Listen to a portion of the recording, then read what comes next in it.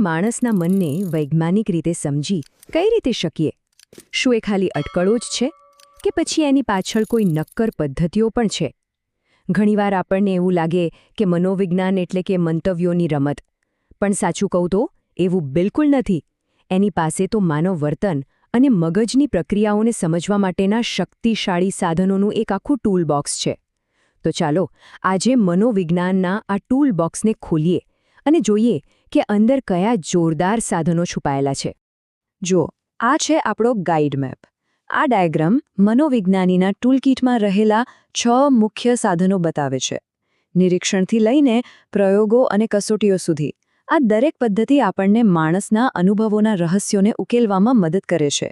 તો ચાલો આપણી સફર શરૂ કરીએ. તો આપણા ટૂલકીટમાં સૌથી પહેલું સાધન છે નિરીક્ષણની કળા. અહીં મનોવૈજ્ઞાનિકો કોઈપણ જાતની દખલગીરી વગર બસ વર્તનને એના કુદરતી સ્વરૂપમાં જ જુએ છે, બરાબર? જેવું એ થઈ રહ્યું હોય. આ વ્યાખ્યાન નિરીક્ષણનો આખો સારાંશ કહી દે છે. એટલે કે આ ખાલી જોયા કરવાનું નથી, પણ કુદરતી પરિસ્થિતિમાં જે પણ ઘટનાઓ બને છે એની પાછળના કારણોને સમજવાની કોશિશ છે. અને આ જ મનોવૈજ્ઞાનિક સમજનો પાયો છે. અચ્છા, તો નિરીક્ષણ એટલે ખાલી એક જ રીત નથી.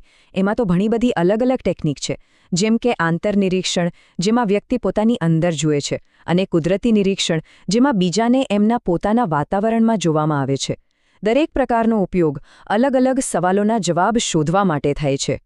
હવે આ છે ને નિરીક્ષણનું સૌથી ફોકસ્ડ સ્વરૂપ છે. કલ્પના કરો કે કોઈ મનોવૈજ્ઞાનિક એક વ્યક્તિને એટલી ઊંડાઈથી સમજવા માંગે છે કે એ જાણે એની આખી બાયોગ્રાફી લખી રહ્યો હોય. આ પદ્ધતિ આપણને કોઈ એક વ્યક્તિના જીવન, એના અનુભવો અને એના વર્તન વિશે ખૂબ જ ઊંડાણપૂર્વકની માહિતી આપે છે. તો મનોવૈજ્ઞાનિકો સમય સાથે થતા ફેરફારોનો અભ્યાસ કેવી રીતે કરે છે?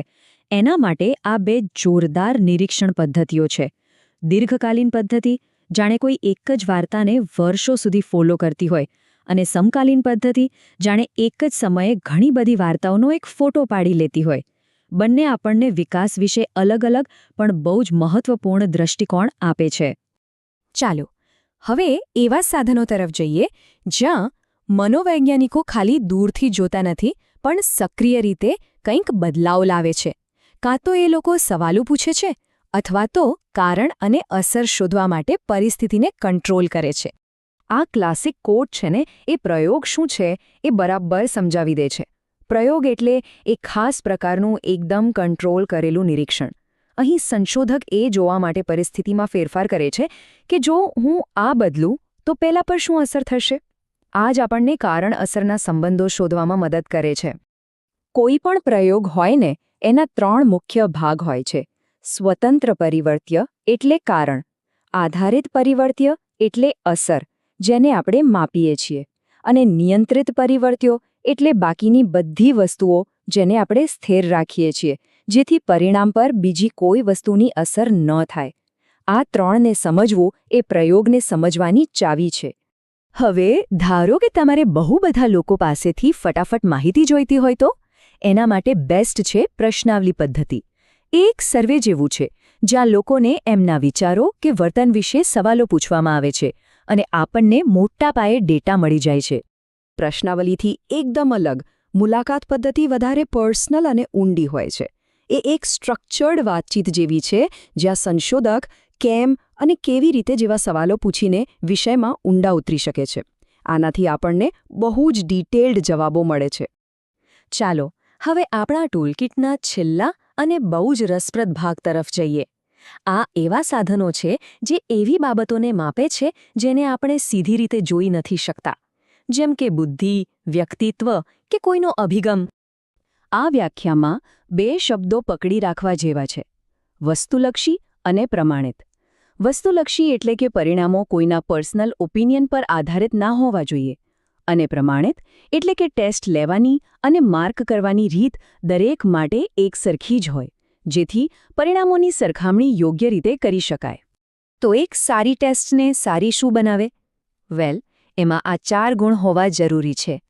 એ વસ્તુલક્ષી અને પ્રમાણિત હોવી જોઈએ. એ યથાર્થ હોવી જોઈએ, એટલે કે એ જે માપવાનો દાવો કરે છે એ જ માપે. અને એ વિશ્વસનીય હોવી જોઈએ, એટલે કે વારંવાર સમાન પરિણામ આપે.